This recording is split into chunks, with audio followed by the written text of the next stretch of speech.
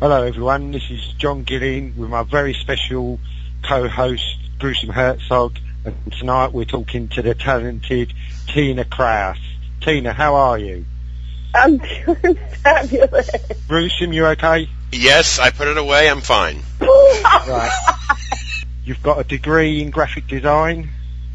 Oh yeah, I got a degree in graphic design, alright. Cool. And apart from your acting, you're also a model? Yes, yeah, So, I'm still modeling. Yeah, so you're a very busy lady. Can I start off with how you got into acting? Oh, this one's good. Okay, so a while back we had a screenplay that had to do with vampires. And my friend had come up to me and asked me if I wanted to play a part. And I was like, yeah, okay, sure, why not? This is way back in, I'd say, 96. I want to say 96, 97. He brought this to my attention. So we went through the whole thing, and then I was looking at it, and I don't know, something happened where it was supposed to be for a comic book, and then that whole thing fell through, and somehow I turned this vampire thing, because I'm sick of vampires, into a psychological horror that had to do with purgatory. And we wrote everything, and we had to rewrite everything because they had rights to, this particular character and all this crap. So then I looked at my friend and I said, why the hell are we doing this vampire shit? Why don't we just do something completely new?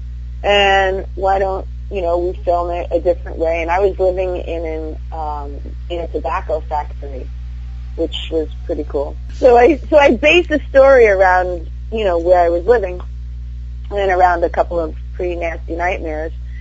And from there, my friend just said, I can't follow this. This is crazy. He's like, why don't you direct it? And I was like, yeah, sounds like a good idea. And I had hired somebody to shoot it, but I didn't like the way they shot the first segment, so I basically took the camera and learned how to use that camera overnight and continued on and shot most of it, and then had a second DP come in on it halfway through the shoot and help me finish out the rest of the shooting. And so, yeah, that would be my first directorial, and then from there I started directing other stuff. I never really wanted to be an actor. I kind of fell into it. What about Zombie Holocaust? Great title. Zombie Holocaust. There we go. That's one for you. That's an interesting one. Actually, you know what? It's I have it in front of me right now. I'm looking at it. I believe they changed the name to Zombigeddon, right? I know it went through a whole bunch of different phases. This is a fun little flick. Again, very B, but fun. Zombies, dead. They're dead. They're good. I believe I play I play a reporter. Okay, this is good. So I'm not there for the whole shoot. I only have a segment, right? Right. And we have to make it look like I'm reporting this from a truck that's getting away from zombies, and I'm doing the report. So originally they wanted me doing it in front of Congress Hall, but we were like, all right, well that's great, but there's no zombies behind us because we're shooting in a totally different state.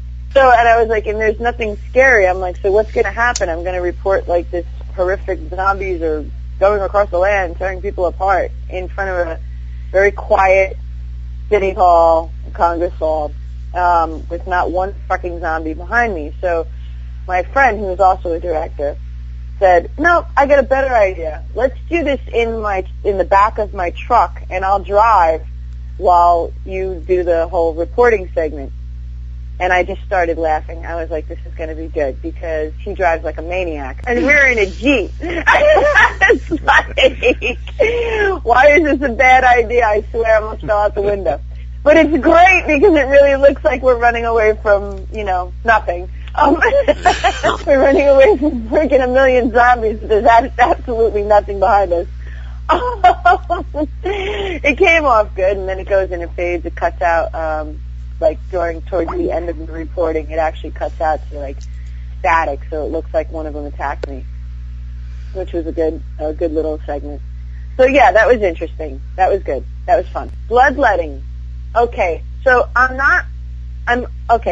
in, bloodletting, I play a, how shall I put this? Not a drug addict, but kind of like a, somebody who would probably be on cocaine if I were doing cocaine, but I don't do cocaine in the film.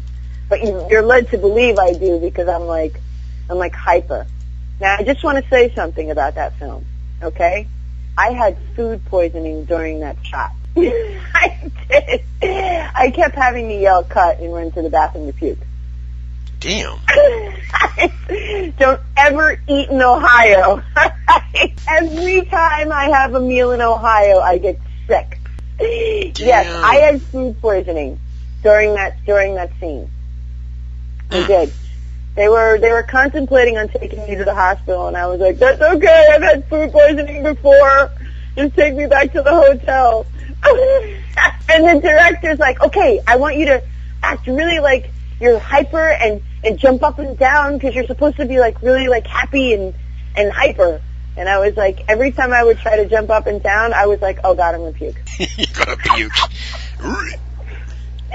Yeah. It got so bad that I was like, we got to shoot like next to the bathroom door. Oh, Matthew Jason Walsh. I know who he is. Yeah. Mm-hmm.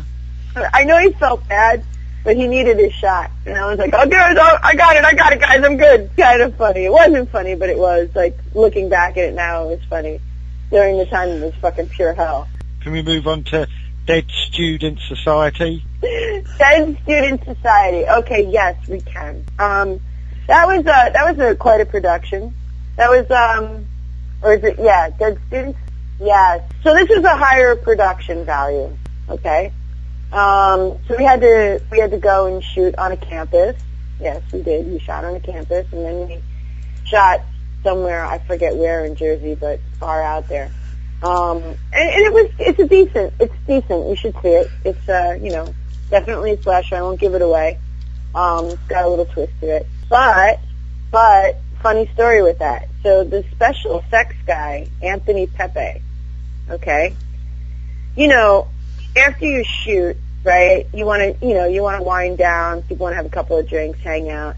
We decided that we were all going to go to the hot tub, right, and play Truth or Dare. Because that's always fun to do, okay?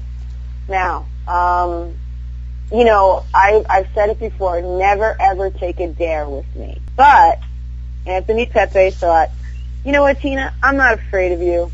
I'm going to take a dare.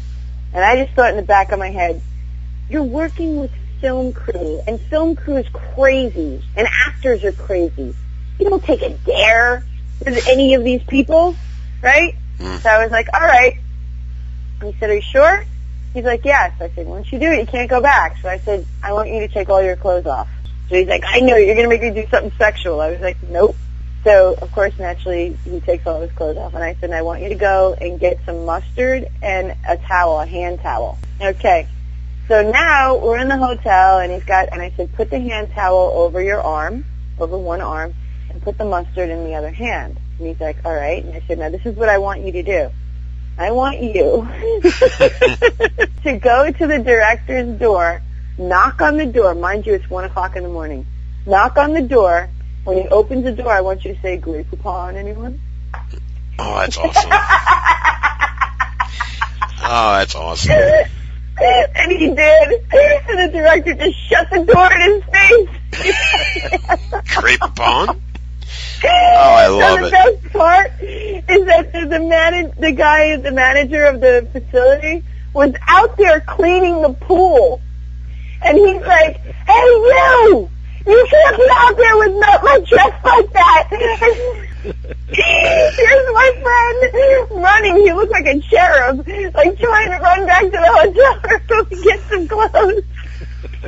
Oh my God. The movie's great. You should see it. You got all that to look forward to, Gruesome. Yeah.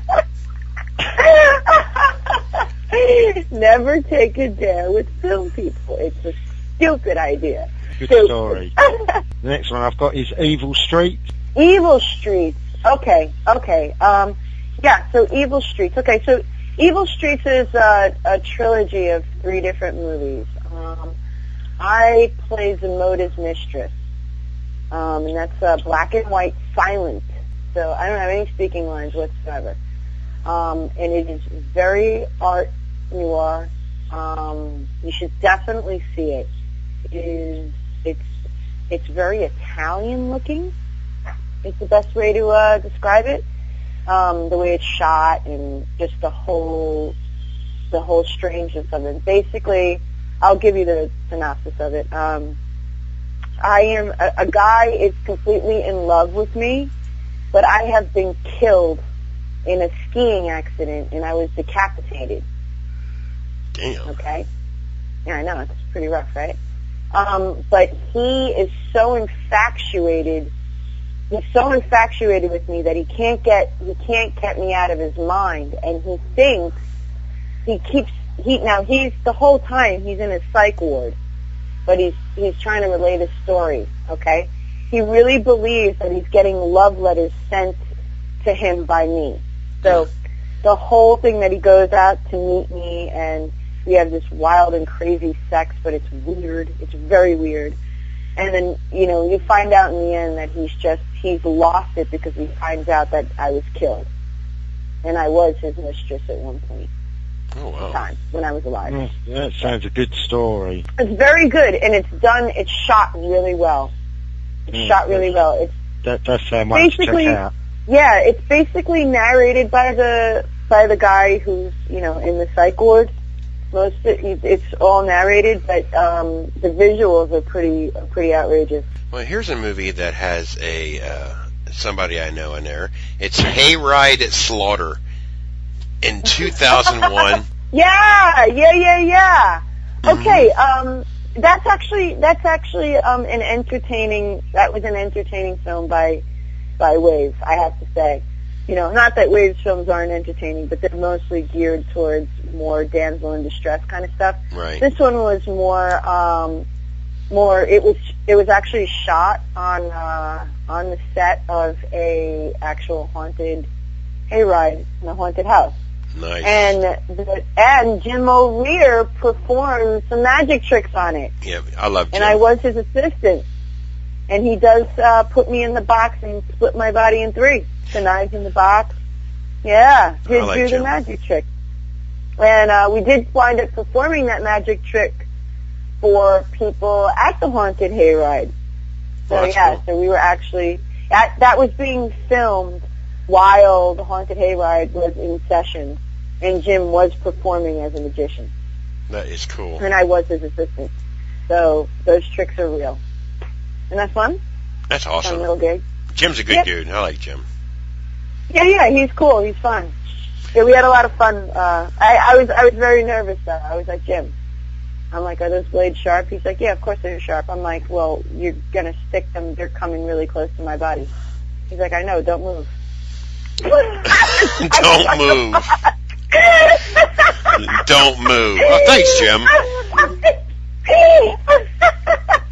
I was like, how does this work? He's like, don't worry about it. I was like, I'm kind of worried. Welcome to prime time, bitch. To ask, Cross the Line. Oh, Cross the Line? Okay. Yeah. Alleyway Films. So this is not a horror. This is me breaking out of the horror industry. That's it. All right? That's why I wanted to ask. I play a cop. Detective Angela Barnett. Yes. The badass beauty from Brooklyn. Oh. That's right. Yes, and my husband is also a detective, and we bust crime lords and stuff like that, all kinds of good stuff. And yes, I had some training on that film. Fighting. I had to fight. Because all detectives know how to fight. The cops right? Yeah. We're all skilled in the martial arts, no? Are we not? Right. Yes, we are. Yeah. So, yes. So, I wound up doing that, and, yeah, it's good. It's entertaining. It's definitely, it's a lot of action, a lot of gunplay, it's got some comedic moments, and it's got some heartwarming moments, you know, et cetera, et cetera. But it was good. It's an overall good cop movie. So that was my first breakout of doing like a regular film and winding up playing something other than like a victim or something in a horror movie. Go figure, right? I brought this up earlier, but it has a bunch of cast members that I know. It's She-Wolf Rising, 2011. I do want to see this because let me tell you why. You have a cast like Tiffany Shepis, Debbie Rochon, Ruby LaRocca, Tina Krause, Nicola Fiore, Alan Rowe Kelly, Carl Burrows, Joe Zazzo, he's another film that we mentioned earlier. I know him. Yes. Alan Rowe Kelly plays a lot of women characters, and he's so good at it. Yes, I like Alan. I got to meet him. He was awesome. He's amazing. He's funny too. He's really, really funny. Yeah, see it. I mean, it's definitely got a twisted little plot to it, and it's cool, and it's got some funny moments and some good stuff, and yeah, you'll see at the end. I don't want to give it away. I can't give it away because then, you know, and there's no point in seeing the movie. Because the best part is the end. So wait. Yeah. Kind of gives you a little insight on indie filmmaking and what directors are really thinking. When Death Calls, 2012. No, I heard of that one before. When Death Calls. Okay, so there's a radio host. Oh. Okay. I don't play the radio host. I play I play the girl that... Okay, do you remember, you know, I'm talking to my sister and I hang up and the phone rings again, and it's this guy who, you know, is kind of asking me if I like this, that, and the other, and blah, blah, blah, and Halloween, and da-da-da-da. And he also he's listening to this radio show host who does, like, spooky stories during Halloween. So, and she goes through a list of stories, you know, and so there's a bunch of little, like, vignettes that happen during the movie. But the main one is, like, at the end you realize, like, this guy, this call, because people call in to tell their little spooky story, right? Okay, so at the end he calls her to tell his spooky story to her. And his spooky story is that he has stalked this girl, came to her house and killed her, and now she's sitting with him listening to their radio show. And of course she doesn't believe him. But it's got another little twist that goes on in it. But yes, so I'm the girl that gets stalked and he kills and makes the call to the radio show host. That I want to see because my girl, Susie Lorraine's in there as a DJ. Yep. She's the talk show host. So, now, yeah. The next film that has a cool title, because any film that has lake in it, it really has my attention. The Lake on Clinton Road, directed by Deshaun Hardy. This looks badass. It sounds badass. This is badass. Have you seen the trailer for this? No, I have not, but I'll definitely... I don't like watching trailers, but I will. Go on YouTube and watch the trailer for this. This movie, okay, and I believe it's being looked at by a couple of big distributors and stuff. It is done so well, it's sick. I didn't know what to expect from it. I mean, because I never worked with Deshaun before. This is my first time ever working with him, and he's such a nice guy. I didn't know, like, you know, how are you gonna, as a really nice guy, pull off such a crazy horror? And I play the mom who winds up drowning her son in the lake because I know that he's possessed, and I don't want him to get to my daughter. Oh, wow. Yeah. And the cops wind up arresting me and interrogating me, and I'm completely batshit crazy. Because, what would you be after, you just drown your son in a lake? Right. Like, I know that I have to do it. I don't want to do it, but I also know that he's not my son anymore, I love it. So, so I do this really, and it opens up with them finding this tape, and it's the interrogation tape where I'm being interrogated, and you see that that I'm being interrogated by these cops. And Deshaun plays one of the cops, and I remember, it's so funny. I remember, now, he's big, like, I believe he played for a football team. I can't remember what team, though. He's a big dude. Like, this guy is a monster. He's huge, okay? And so he says to me, all nice and whatnot, he says, Tina, he's like, don't be afraid to go holistically crazy. He's like, whale, hit, whatever, do whatever you got to do. He's like, because when that water touches you, it reminds you of the day that you drowned your son. And we're going to have to we have to restrain you because this thing takes you over, like this thing like kind of possesses you a little bit. So you have to have like monster strength and like really be like insane, like completely insane. So I said, Deshaun, are you sure you want me to do that? And he's like, oh yeah. He's like, don't worry about it. He's like, I can take it, no problem. I said, all right, and I'm thinking to myself, well, he's a pretty big dude. Of course he could take it. Like, I could just go balls to the wall. So I said, you want me to go balls to the wall? He's like, absolutely. Well, I wish we had the outtakes for this. And I wonder if they do. But I know the crew was laughing their ass off. As soon as the water came and hit me, I just went fucking nuts. And I never seen a football player scream and throw his hands up in the air to block his face. Oh, wow. I'm not kidding. And the crew, they had to stop roll because they just started laughing. They were like, what the fuck is Sean? They were like, what happened? He's like, I didn't know she was going to do that. Wow.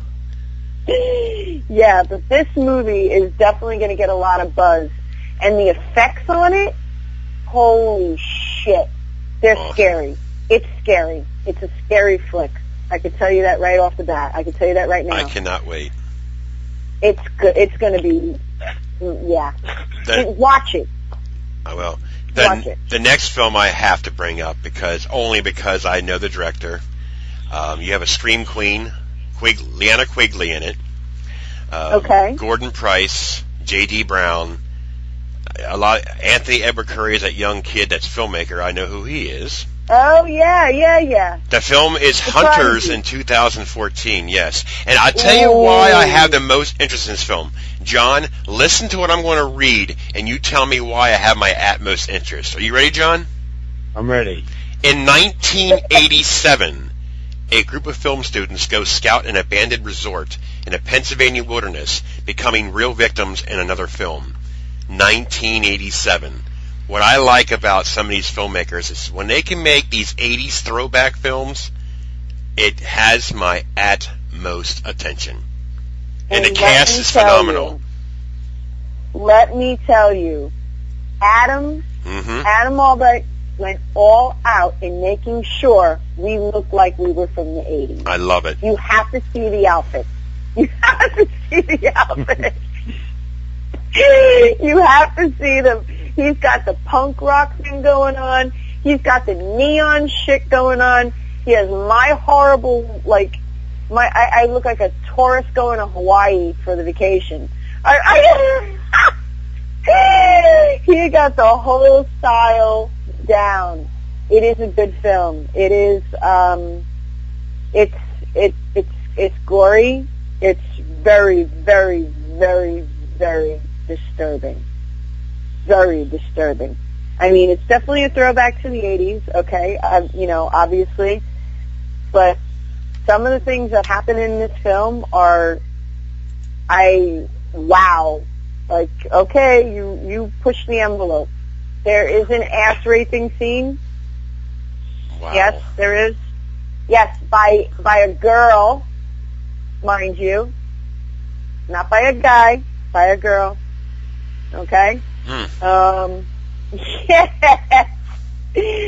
There's some really horrific things that happen in this flick. And they talk about a lot of the dialogue's really good. There's a lot of intellectual things that happen within the dialogue within the filmmakers and their arguments as to what's a good director and a good film, and I cannot blah wait. blah blah. You got to see. It's shot really great. The Prodigy, we call him the Prodigy. That Anthony Curry. Right. I'm actually going to be having him shoot my short in a little while. So yeah, Sweet. and I think I'm going to grab all these guys on this one. Well, that's amazing. I cannot wait. But this next one, you got to see it. This next one, and John, I want you to pay attention to who one of the segments is from. It's the Profane Exhibit in 2013. Ooh. Okay, this is one of these films that have all these segments, right, John? I'm going to mention a name to you, John, and see if it rings a bell. Ruggero Deodato. Cannibal Holocaust. You're like, nope. Oh, no. Oh, my God. Now, you have Yui Boll, another creepy director that has some really wicked, push-the-envelope films. You have Ruggero Deodato, another one. But you have guys like this, and I think when you see names like that, it's going to get so much attention only because of the password. And, John, check out this cast. You have Clint Howard. Obviously, it's Ron Howard's brother. Yeah. You have Monique Parent. You have Caroline Williams, Tara Cardinal. You have that lovely, sexy lesbian Tina Krause. I'm sorry. Sorry, I couldn't resist. But you have these. I mean, I don't like films that have like 4 or 5 stories on DVD because it's hard to review. You basically have to review them like short films, and that's what I do, because you can't really review it and base on one grade because one might suck and one you might like, so I always do it separately. But this I do want to see. One has cool artwork for a DVD cover. Oh yeah. But go ahead, tell us about this. About that film, about that anthology, okay? He has chosen some of the craziest directors, okay, that you could when you watch these segments, they're not going to be easy on the eyes at all. I mean, look at who he's picking, all right? Believe me when I tell you they were hand-picked. Believe me when I tell you everything about this thing was completely, like, run through the mill, made sure this is exactly what. You give me the most disturbing shit that you could possibly. I'm taking the worst of the worst of the worst. It will be great. In fact, I'm going to the release party in Texas, in Austin, Texas, at the end of October. Cool. So, yeah, it's going to be a big, big thing. They already came out with a line of skateboards. Are you ready for this? They're coming out with a line of perfume. They've got, this is no small, this thing's big, and it's just getting bigger by the day. Even the music, I believe Skinny Puppy is doing some music. I know that Trent Reznor is going to be DJing the party, the release party. Wow. This is not small at all. So yeah, there's a lot that's going on with this, and they got the guys from Goblin. It's not small. This is all across the board. You got two of the creepiest directors of all. I mean, you got Deodato and you got Yui Boll. Come on. I mean, you talk about vicious films they make. Yeah, you're talking about like some serious stuff. Mm-hmm. And I actually played with Monique Parent. We were in a segment together. Cool. So I play the rave chick that gets destroyed. I get destroyed. Oh yeah. Well, this next film, I know it's probably going to be causing some churches in a frenzy. I don't know how much you can talk about it because it's probably not shot yet, but Upside Down Cross in 2014. Oh yeah. Okay. So Upside Down Cross. Okay. I shot my segment for it. It is based on a true story, actually. Well, yeah, it's based on a true story that happened in the 60s, and it's basically about a Polaroid brothel. of course, there's an exorcism in it and everything like that because the mother is like really nuts and is very religious and stuff. But I don't know if you're familiar with Bill Hellfire's work. He tends to do a lot of like 60s kind of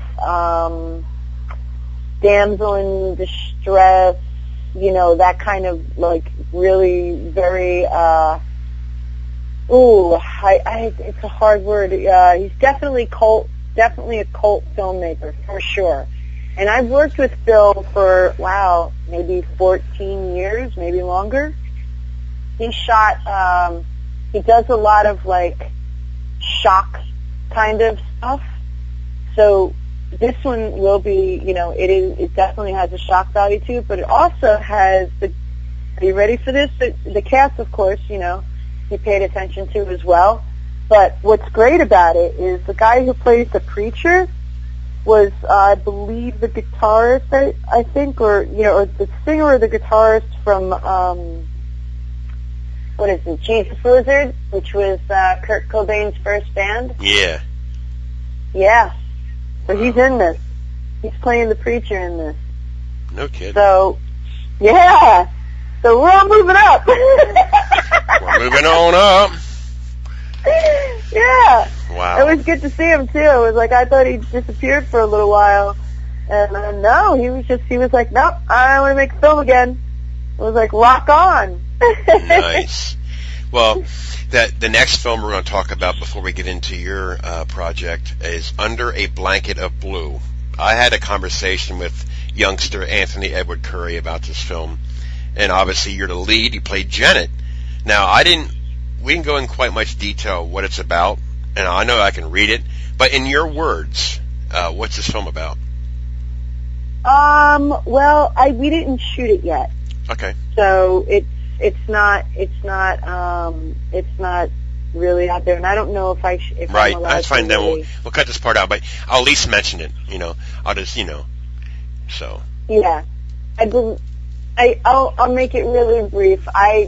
It's you know, a kid who gets pretty much tormented about him being fat. His mom's like really mean and, you know, just like doing it, and it takes a toll on him in a pretty bad way. Okay. And an abusive bad way. So yeah, I'll leave it at that. I don't want to say too much because I wasn't sure if I'm allowed to. You know, like we didn't really shoot and stuff like that yet. But yeah, and he's working on a couple of things. And I'm telling you, that kid is a prodigy. Yeah. That's what I call him, a prodigy. That's what I hear. Smart kid. He's smart. He wrote it. I mean, you know, come on. Is he 16 now? Right. Jesus Christ. I know. I'm like, oh, wow. Wish I was doing stuff like that at 16. Really? Shit. Tina, you were in here for a main reason. The yes. ABCs of Death. You have a film that you are raising, short film that you're raising money for. Go ahead and tell the listeners about your project and, you know, how to get it, where to get it, what to contribute, what they get, or however you want to say it. Okay. So ABCs of Death. We're doing the contest right now for the letter M. Okay. And as everybody knows, you guys have seen ABCs of Death. It's, you know, it's been running. Basically, it's M for Matchmaker. Okay. And what it's about, I'll give you guys a synopsis on this. I'm producing it on Indiegogo, and we'll get into all that in a minute. Basically, what it is it's a girl, a woman, okay, who runs a matchmaking service for people who are scarred or maimed or they have some kind of disability where they can never, ever, ever get a date. But she doesn't tell. She takes her friends and tells them that she's setting them up. She takes friends that, I don't know, either broke up with their boyfriends and they're kind of blue and they want to go out on. She tells them, oh, I got a blind date for you. It's going to be great. She doesn't tell them that they're going to be dating these freaks of nature. Okay, she doesn't say anything. And basically when they come to the door, and because the friends, her friends or people that she leads, these normal people, she doesn't tell them what the real deal is. So there's a twisted side to her. She gets off of it and she keeps almost like a diary of Polaroids of all of these people that she takes the pictures and sticks them in her little like memoir. Jeez. Book. Yeah. And the reason why we were going to do it a different way. Jeff Chitty was writing, came up with the original came up with a concept, and I tweaked it because he had a concept where it was like, this big burly guy comes and rapes the girls and kills them, and I was like, no, I'm like, let's keep it simple, but let's elaborate on it. Let's make it, because what makes it horrifying is that could actually happen and no one would know. Okay? Right. Nobody would know. You're running a dating service. It's not dating for freaks. She has her clientele. They're all freaks. And they're never going to tell because this is the only way that they ever have sex with anybody or go, you know what I mean? Right, They just pay her a fee. And who's to say it doesn't happen? Right. I mean, there are missing people. We are trying, we have Debbie attached. Debbie Rashan is attached. It's just that we have to get enough money to fly her out and shoot this. So that's why we're at the 2,400 mark. Will get us an amazing DP who I've worked with before. We're going to definitely shoot it like Grindhouse style because Jeff is really good with that. So I really wanted him to direct and shoot this. And again, the equipment, that they have is amazing. I've worked with all those people out in Kansas City. So we want to do it out there because we can get all that really grimy look and, the grimy hotel. We want to do that grimy. We want to actually have, because she brings them to a hotel. She's like, she tells them, like, yeah, we're just going to meet him over here. Probably he's a little nervous to come to your house or whatever.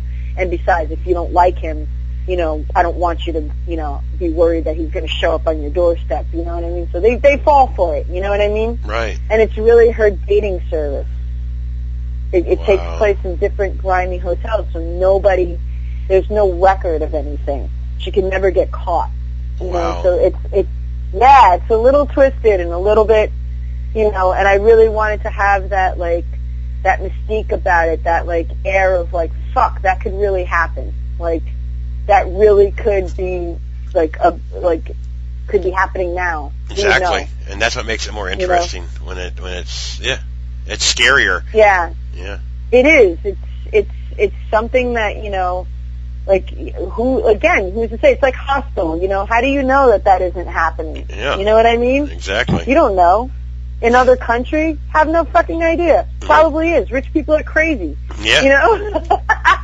What do you do with all that money, I want to kill someone and get away with it. That's crazy. Yeah, you're right. Yeah. So we're hoping to raise, we got, 9 days left, I think, before shooting. If we reach our mark, we'll definitely, Debbie Rashan will definitely play that lead, that lead woman who does all this craziness.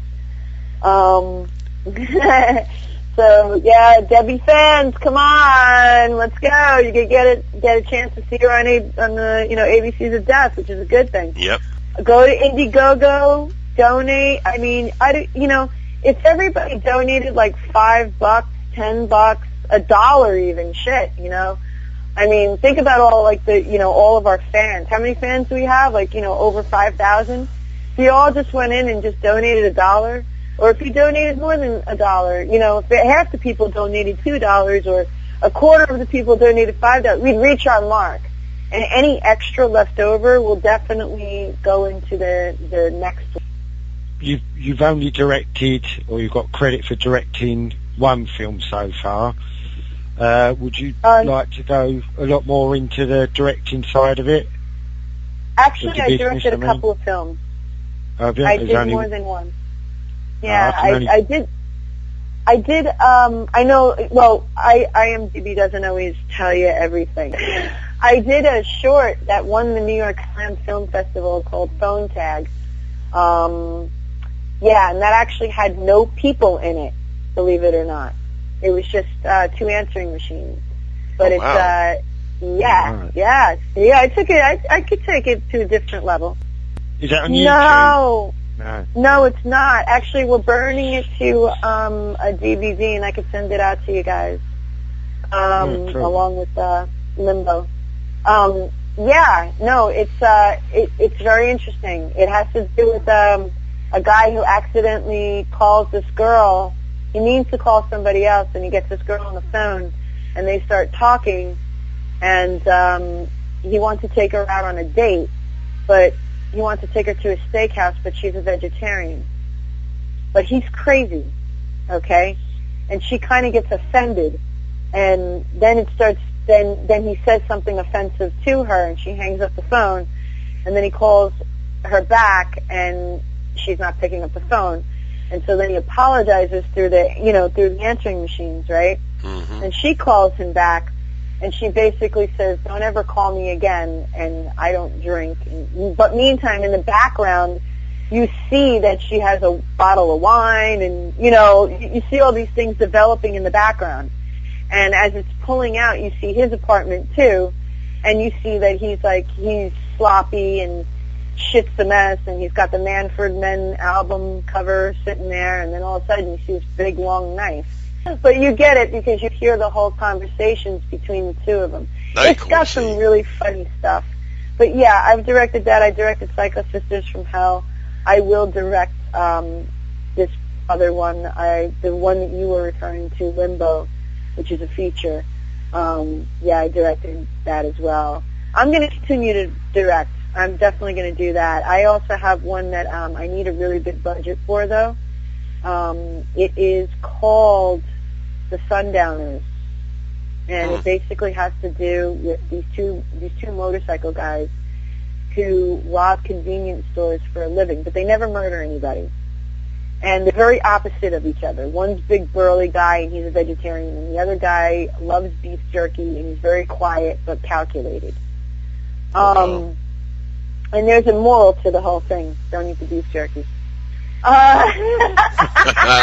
It's a little Quentin Tarantino-ish in its delivery. I could send you the script because it's fun to read, but basically what happens is they fuck up really bad. And that's about in the first 3 pages of the script. That shit crazy. But yeah, I like the little twists and turns. So. That's awesome. Yeah. So there you go. There you have it.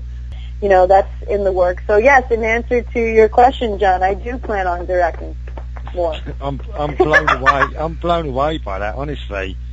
It's got a lot of crazy stuff in it. It's got some funny things too. I'll send the script out. You guys read it. Tell me what you think. Cool. That sounds awesome. Really does. Yeah. 2 more questions, quick questions. Sure. 1, favourite horror film? Oh, that's a hard one. I really love The Shining. That keeps coming up. I really love The Shining. Wow. And Yeah. I'll have to point out to you, as I pointed out to someone the other night, have you seen Room 237? Gruesome's going to tell me to shut up. It's a documentary about the making of The Shining. It's really, really interesting. Oh yeah? I'll check it out. You read it. I'll send you the short and I'll send you the script. Cool. For the 2 that I was talking about, and you tell me what you think. The one you was just talking about, did you write that? Yes. Oh, I wrote them both. Awesome. That is awesome. I wrote them both. Awesome. The title I didn't come up with. Jeff Chitty came up with the title. And then I think his mother was a nurse or something like that, and he was saying, I come up with great titles.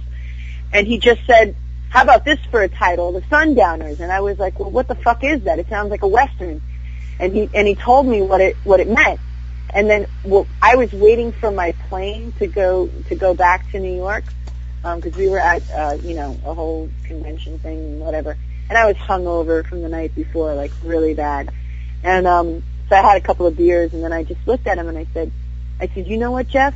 I said, I'm going to write a synopsis for The Sundowners right here, right now, the entire film. I'm going to tell you what it's about. And we went through it for like the couple of hours that I had to wait. And he's like, and I said, when I get home, I'm starting to write it. And we wrote like maybe, he wrote a small, like a page or two, and then he just said, fuck it, you just go, go. And I was like, awesome. So, yeah, I wrote pretty much the whole thing, except for like maybe like 2 pages. It would be it would be, if we could just get the funding for that, like, this is where it all comes down to. And again, everybody, Indiegogo, M is for Matchmaker, and I can get these other 2 things done. Because it's a snowball effect. If I get a producer credit for something for ABC, the next thing I do, I direct. Hopefully that gets on the next, if they do another season, we get that on there. That's short, and that's 2 credits. Do you not think that I wouldn't get the money for a feature? Oh, hell yeah. I mean, come on. Yeah. And especially if they're done really well. Like, all right. So, and all that, yeah, man. And let's, Debbie Rashawn fans, let's get Debbie out there. Come on, what are we doing here? What are we doing? Yeah. All right. So M is for Matchmaker, and I want to get this produced and done, and I'm going to move on to the other things. The other big things. Bring on the Prodigy. Bring the Gruesome out. You bastard. You bastard. I had fun. Oh, me too. And I hope to hear from you guys soon, and I'd love to do the other thing too as well. Sure, that'd be awesome.